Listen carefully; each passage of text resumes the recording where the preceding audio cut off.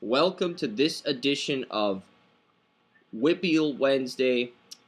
It's a pregame show heading into tomorrow night's games, and it is Thursday. We do realize that, but at the same time, we both had things we need to take care of. We took care of that now, and this is probably the biggest game in 6A, but it's Pine Richland and Bethel Park. Phil Jerkovic is going up against a very good Bethel Park defense. What are your thoughts on this game? Well, I think we have the best overall team in Bethel Park taking on the best player in the WPIAL, and that's Phil Jerkovic. So I think it's going to be very interesting to see when you get, a good team unit with Bethel Park. There's no real players that stand out to you at, next level, but, they have to match up against a great quarterback, maybe the best quarterback in the country in Phil Jerkovic. So I think it's going to be a very interesting to see what, takes place, the team or the player, who will battle.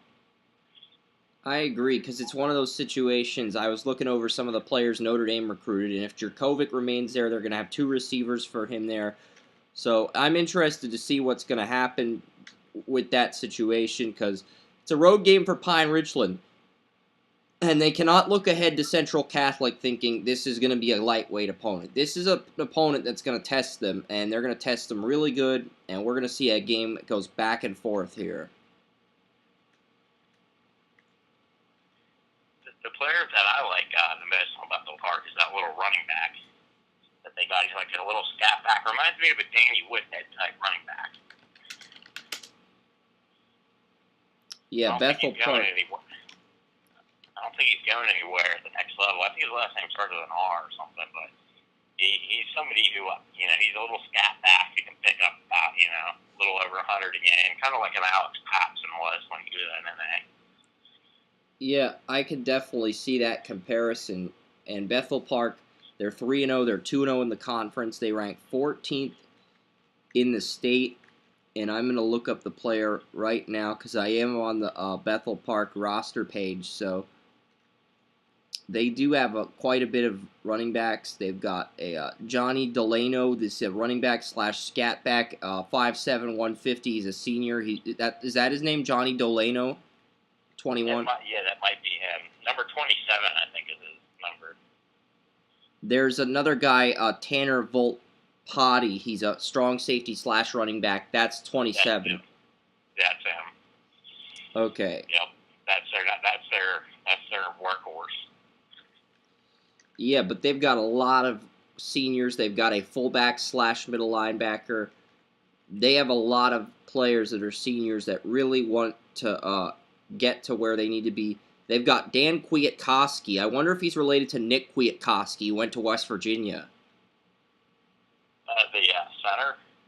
No, Nick Kwiatkowski was a middle linebacker in the 2016 NFL Draft. Okay. I wonder if Dan's related to Nick.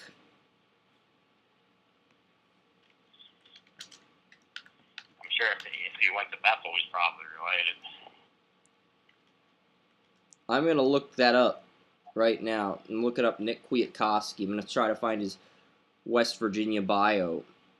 Wait, Nick Kwiatkowski did go to Bethel Park. It says high school, yeah. Bethel Park High School. So, yes, they're related. So, that's going to be a matchup. Dan Kwiatkowski, the younger brother of Nick Kwiatkowski, who went to West Virginia for 4 years. Or 3 years, I think. I don't remember exactly the amount of years he went to, but that's a matchup to watch. And that might be a riser we need to add. That might be someone we need to add to the riser page with the lineage of being related to a former NFL player. But at the same time, he's only 5'10", 190. Nick Kwiatkowski was like 6'2", 240. He had the body to be an NFL linebacker. I don't see that with Dan, but I think Dan will bring some strong qualities to the table as well. Yeah, Dan's probably one of those really good high school, maybe Division II, Division III type linebackers. So, 52 and Jerkovic, that's going to be the matchup to watch because Kwiatkowski's probably the quarterback of this defense. How is Jerkovic's number one target, Raymond Falcone, doing? Is he back from injury? I believe so. because that's going to be a big. You need everyone healthy when you're going down to Bethel Park in the South Hills district. You know. Yeah. That is an intimidating stadium, dude. It is. I mean, this game is arguably the biggest game, and Raymond Falcone is going to Lehigh. That's the college Falcone is going to. So he has committed to Lehigh. Ooh, good academics. They do have a good academic school, and that's where Jamie Lucchini went to. He was an MLS prospect that went to North Allegheny. He didn't get drafted, but he was a prospect. So, Lehigh known for being a very good academic school, and Falcone has really stepped up. He came back, and they've seen some articles about him. So Raymond Falcone going to the Lehigh Warhawks. That's an interesting choice of school. There's I believe he was offered by other Division I programs. I'm sure he was, but I'm just really surprised that that was his choice of school. But they've got a good academic program. You can't really argue. I feel like that's the best game in 6A. There are some elimination games we could get to a little bit because there's just a lot of games where it's win or go home. But I'm trying to find some more 6A games before I get to 5A, 4A, etc. NA, I think they play Shaler this week. That should be an easy win for them. Seneca Valley, I think they play. Trinity plays Blackhawk. Don't care about that.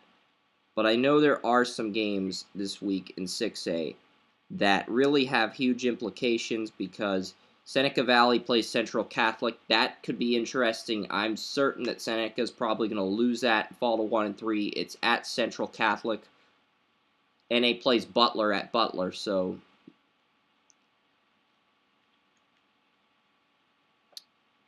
I think without a doubt Pine Richland at Bethel Park is the game of the week, and there's no debating it. It's that good of a game, and it's the game of the week for that reason. It will be the last game of the week where we see maybe undefeated teams going up against each other. It will be the last because next week Pine Richland plays Central Catholic, and while Central Catholic's unbeaten in their conference, they're really going to test Pine Richland and really show us what Jurkovic is made of in these next two games. So I'm really excited to see what is going to happen here with this Pine Richland team, because if they're this good, this could be a preview. This is a huge game for Bethel Park because they don't play Central Catholic, and if they win this game, home field's probably going to go through them in the WPIAL postseason up until Heinz Field. So you're right, because they really aren't going to get tested after this. Pine Richland could be heading into October with either an unbeaten record where they can run the table, or they could end up losing the next two games. They could be on a 2-game losing streak. I'm really interested to see how Pine Richland is going to do with these next few games, because this is big stuff here with them being the unanimous number 1 and with them being the unanimous number 2 in 6A right now. You'd think that's a pretty big story. So I'm really curious to see what's going to happen with those two teams in 6A, because I'm pretty certain that the Central Catholic Seneca Valley game won't be as exciting. In 5A, West Allegheny is still unbeaten. So when you look at this week's games, Gateway hosts someone. West Allegheny is playing at home as well. Those teams, I expect both of those teams to remain unbeaten, and those teams should continue to control their own destiny as far as just winning goes, because those are the top two teams. And one person has Gateway ahead of West Allegheny, but they only have them ahead because North Hills took West Allegheny to overtime. And their logic was North Hills is still a top 5 team. West Allegheny's not as good as people are saying. And Gateway, the way they've won, that makes them number 1. Do they have a valid point with that, or? Well, I think earlier on they had a valid point when Gateway opened up the can on Woodland Hills, but shows that Woodland Hills is a very good team. So you can kind of take that a little bit away. That Woodland Hills win isn't as quality of a win as we, marked it after week 1. I think Gateway has done their job. They've taken care of business with everyone, and I think, I'm surprised that West Allegheny needed overtime to beat North Hills, but I still like West Allegheny as the number 1 Gateway. Yeah, West Allegheny should be number 1. Gateway should be number 2. Penn Trafford is currently number 3 in 5A. Shown they belong here, and North Hills, despite that loss to West Allegheny, they're still considered a top 5 team. Maybe not record-wise, but they're considered a top-tier team, and they're 2-2. So North Hills really has to step it up because that's surprising to me because who are their wins? They beat Shaler Area, who's garbage, and they beat another team who I didn't think was that good either. So they have no real quality wins. They don't, and that's why I'm a little bit surprised by that as well, because you would think they wouldn't be in the top 5, but they are in the top 5, and I would have McKeesport over them. The other, well, McKeesport actually is tied with North Hills for 5, so okay. I would lean towards that as well. 4A still goes through Thomas Jefferson, of course, obviously, but Thomas Jefferson plays the Albert Gallatin team that upset West Mifflin last week on the road. They got a road win at West Mifflin, and they host Thomas Jefferson. I don't think they can pull the upset, but you have to feel like they're going to keep this interesting early in the game. Yeah, I can see it. I mean, Albert Gallatin's having one of the better years that they've ever had as a football program. So, I mean, I kind of see this as maybe a preview of a first-round playoff game, but that's about it. I would agree with that because I think those two teams are really standing out. South Fayette's still unbeaten. Belle Vernon is still unbeaten. So South Fayette and Belle Vernon are seen as the two main challengers in 4A. And then you've got Mars, Montour, and West Mifflin fighting for those 4 through 6 spots. Really kind of curious to see how this is going to play itself out. Yeah, I mean, definitely curious to see how we'll go. I think 5A, we've talked about all year, is the most wide open conference. That's where the most depth went with the realignment up to 6A. It seemed like all of its depth went to 5A. So I think each year in now, we're going to see 5A being the one that's going to be the toughest conference to win, and probably having the most state champions will be coming out of 5A from 7. I would agree with that. And last week, Quaker Valley defeated Beaver 42-27, and Quaker Valley, number 1 offense in the WPIAL. Aliquippa has the number 1 defense in the WPIAL for 3A. I'm guessing we're probably going to see those two teams at Heinz Field because Beaver Falls is 0-3. They've really, for defending champions to come out 0-3 is just not acceptable, and for Quaker Valley to get statement wins, not just wins over teams, they beat the same Beaver team that Aliquippa beat. It looks like they're the clear-cut challenger to Aliquippa at this point. I don't think anyone's going to beat Quippa, but Quaker Valley beat teams they weren't supposed to beat, and everyone's scouting their quarterback, their receivers, so they've emerged as the challenger. Would you agree with that they're the clear challenger to Aliquippa at this point in 3A? Yeah, because I think Aliquippa's already shown that they could easily take care of Beaver Falls.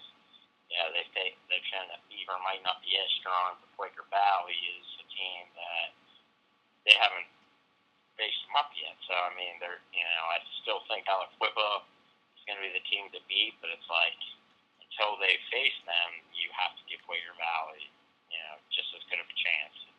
Yeah, because anyone else. Their offense is just clicking right now, and West Allegheny's just going to destroy Baldwin. But Quaker Valley goes to Central Valley. That could be a good 3A game this week. I mean, Central Valley's the home team. That could be a good 3A game. That could be fun. I mean, yeah, that is one good point you bring up. We've really kind of brushed Central Valley under the rug. I mean, that is a team that is a powerhouse, and we have kind of just dismissed them and said, "Oh, whip out, whip out, whip." But, They're Central a top Valley, 5 team in 3A this year. So Quaker Valley and Central Valley, with Central Valley having the home game, I would say that's probably the best game in 3A this week, and might even be the only game outside of Pine Richland Bethel Park that you could argue is worthy of being a game of the week. I would agree 100% because it's an intriguing factor as you don't know how good like a Quaker Valley or Central Valley is, like Bethel Park and Pine Richland are. We really don't know how good they are yet, and it's great to see them face off against each other. Yeah, and there are a lot of teams that still have wins. Whitehall is 4-0. Clarion area is 3-0. There are some teams like Danville, Central Columbia. I think those are Philadelphia teams, but they're both 4-0. And Cathedral Prep is 4-0. I think that's a school close to Philadelphia. But there's a lot of different games that Woodland Hills plays Chartiers Valley this week. We thought Woodland Hills would have at least 2 wins heading into that game, but they're facing an 0-4 Chartiers Valley team. And that's a must-win game for both teams. Southmoreland and Beaver Falls are both 0-3, and that is a must-win game for both teams. Upper St. Clair should handle Fox Chapel with hardly any effort. Aliquippa is going to destroy Lincoln. So, I mean, those are the games that I expect to be blowouts. And, I mean, this week there's the 3A game of the week, and then there's the 4A game of the week. 3A is Quaker Valley versus Central Valley, and 6A is Pine Richland Bethel Park. I am trying to find a 5A and 4A game of the week before we wrap up the show, because I think we've covered pretty much a lot of the talking points, but Butler has that offensive tackle, Jake Cradle. Do you think NA has the pass rushers to take Cradle off his game? No, I don't think they do. I think NA in the trenches this year is actually weaker than they normally are.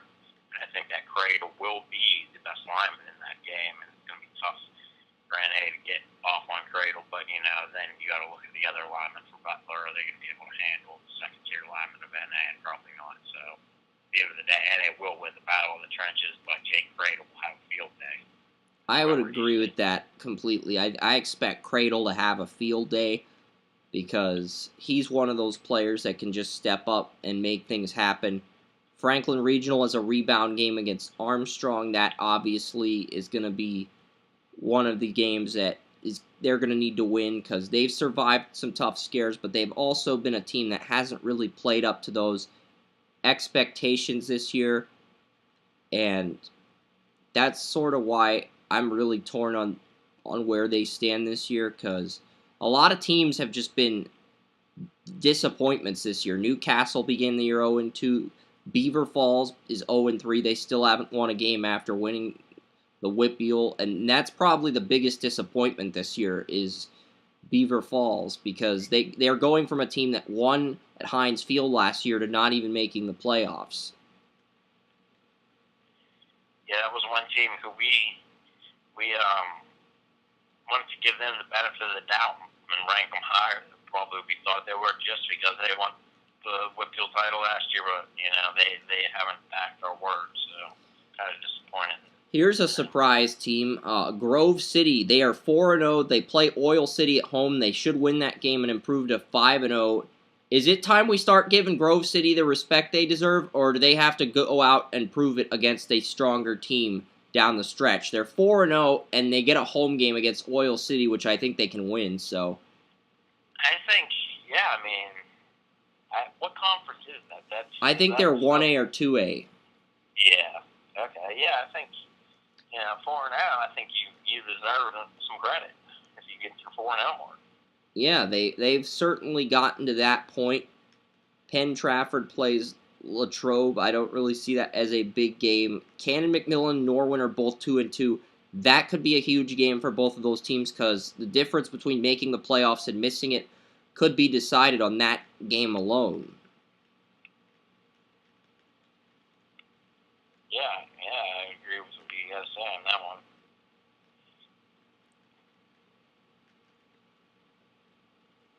I'm guessing, I'm trying to figure out. Apollo Ridge faces Burrell, but I don't really consider that a big 5A game. I don't know if there is a 5A game, unless you consider Penn Trafford. Do you consider Greater Latrobe a team that's an upcomer or a possible dark horse? What's their record right now? 2-2. They play 4-0 Penn Trafford. I like Penn Trafford. I like them a lot. So if they can beat Penn Trafford, then yeah, I would give them the credit. But until then, I'm not going to give them the credit. I would agree with that. I'm trying to find out who Mars is playing. They might be on a bye week. I know there's got to be a good 4A game. Or 5A game to say the least. I know Derry plays South Park. That's a 3A game. Hempfield plays somebody.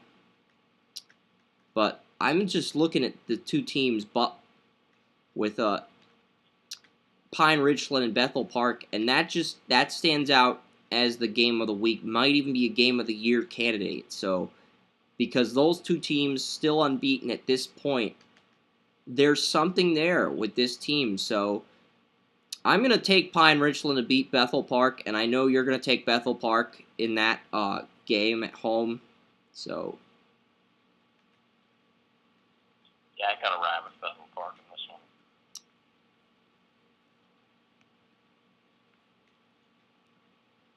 Yeah, because all of the 5A teams this week that are atop the rankings play weak opponents, so this is not a good 5A week. 4A, you know who the teams are. Thomas Jefferson, South Fayette, Belle Vernon. All of those teams play weaker opponents. I think Mars, Montour might play someone good. I don't remember who they play, but I think they might actually play someone fairly decent, because that's one game I was sort of torn on whether we should talk about it or not, because I know that... Did they play Mars? Does Montour play Mars this week? Because I haven't seen Mars. I thought they played them last week, but I know Montour plays someone this week. Mars. Montour plays a team this week, because I know Steel Valley's the number one team in 2A. They're playing a 1-2 team on the road. Mount Lebanon plays Altoona, but that game really doesn't have any substance. Let's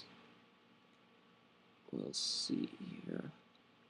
Bloomsburg, all these teams look like teams from the Philadelphia region. Bentleworth, Greater Johnstown, Richland, Clareton, New Oxford, Highlands. Highlands plays Mars. So Highlands is 2-1 and Mars is 3-1. I'm guessing that's probably the game of the week in 4A, because that actually does have some substance, because Highlands is a team that we thought would be winless, they would be pushovers, but Highlands is actually above 500, and Mars is 3-1, and this is a statement game for Highlands. If they want to be in the WPIAL picture, they've got to win. For Mars, it's just going to look really poorly on them if they lose. I don't think they will. I think Mars gets the job done, but I think Mars and considering both of those teams have winning records, I'm naming that the 4A game of the week, even though it is garbage compared to the Quaker Valley, Central Valley, or the Pine Richland Bethel Park game. But I'll give that the 5A or 4A game of the week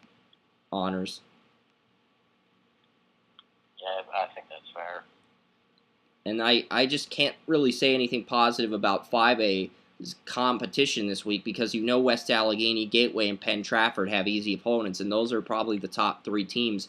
Until one of those teams clashes with another, those are probably the top teams. So we can end the show discussing biggest disappointment in the WPIAL this year. You can pick any of the conferences, and then we'll wrap it up. So who's been the biggest disappointment in the WPIAL this year? I think that Newcastle. They had Marcus Hooker. One of the best players in the WPIAL. They came in with good. They came in with high expectations, I would think that them, maybe, I don't know if I should say Central Catholic. Pittsburgh Central Catholic has been a little disappointing to me. I would say those two teams. How about you? Yeah, that Central Catholic did not come out and blow out NA like I expected them to. They've been disappointing in 6A. 5A, I would say that biggest disappointment in 5A has got to be Woodland Hills. They were a team that we thought had a chance to do something big this year, but they had a coaching change before the start of the season. They just haven't been the same team, the same powerhouse they usually are. 4A, it's tough to say. I think Newcastle's a disappointing team, and Beaver Falls have both been huge disappointments in 3A this year, because those were teams that we expected to be good, and they just haven't shown that yet. So we're going to see what happens this week in terms of what we expect to happen, because there are a lot of things with the top 100, some of the top 100 players. Jerkovic is still considered the #1 player for Pine Richland. Cradle and Marcus Hooker are still in that top 3. Falcone still considered a top 5 player.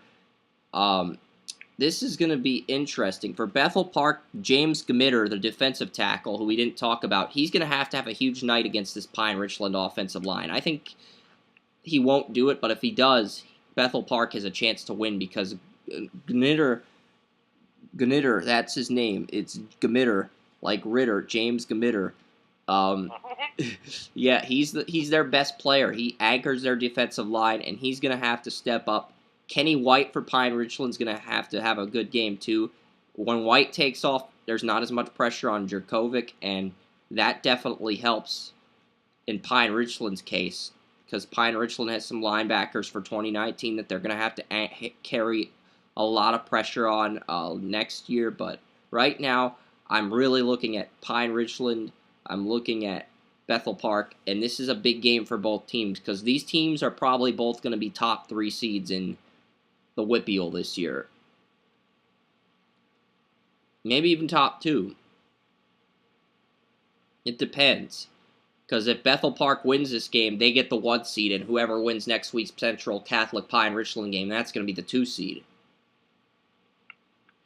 Yeah, and I guess don't forget about, Penn Hills. Still always look for them. Still always look for North Allegheny. Yeah, Julian Major, wide receiver for Penn Hills, really stepping up this year, and I think there's a lot of players you're going to want to keep your eye on as this season progresses, because Will Weber out of West Allegheny is set for big things, but Ricky Gus is taking the WPIAL by storm with his mind-boggling numbers through 4 games in 4A. And outside of Fort Cherry's QB, who they've moved Ryan Culberson out of Fort Cherry. We haven't talked much about Fort Cherry, but he's considered the #2 QB behind Jerkovic. And then after that, it's Quaker Valley's QB, Ricky Gus, who's really generated a lot of headlines heading into this senior year. So I am really curious to see what's going to happen. And Central Valley, I'm going to look up, see if they have anybody on defense, because I know Khalil Weathers is going to cause problems for Seneca Valley. Central Catholic, he's one of the players that they have. But Central Valley actually has Vinny Verico, a defensive end, who is a number 87 prospect, and he's a top 100 player. So, and then Central Valley is a QB of their own, Nico Batiste, and Batiste is going to have to outplay Gus to, so Batiste is going to have to outplay Ricky Gus. That's basically what that game is going to come down to. So that QB showdown with Gus and Batiste, set with Quaker Valley and Central Valley, that definitely has some interest to it. And both of those QBs jumped the Seneca Central Catholic and NA QBs, who people were high on at the beginning of the year, but they've disappointed. So I'm really interested to see what happens, and maybe we'll do another show tomorrow night recapping all the games. We'll see how both of us feel, but thank you very much for joining us from Chris Ransom and Kyle Taylor. This is a edition of WPIAL Wednesday, preparing you tomorrow night for Friday Night Sports Night. So long.